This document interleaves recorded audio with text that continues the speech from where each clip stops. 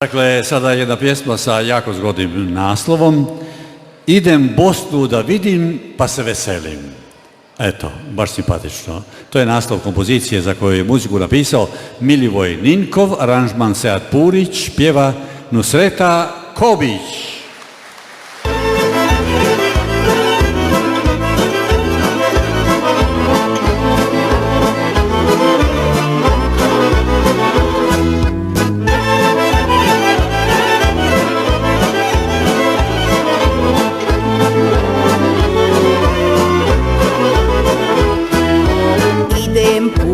Idem putem kono moja, srce pjeva ne prestaje. Idem Bosnu da vidim pa se veselim.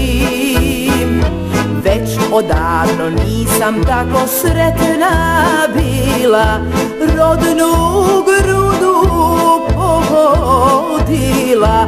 Pjevam glasom svim, Bosno dolazim. Aj,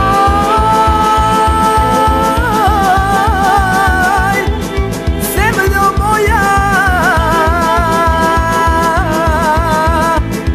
moja Bosno, tebe sanjam med narosom.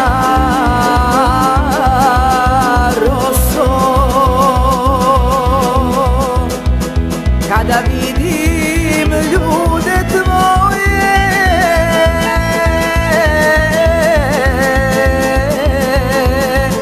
veselo je srce.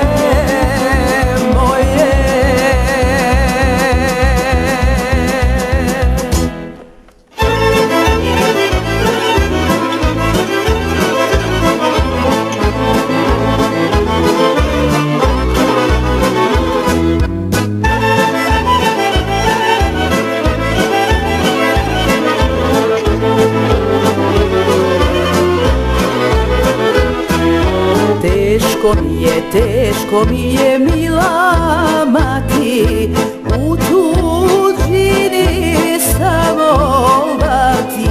Nek mi Bosna ponajviše đulom miriše.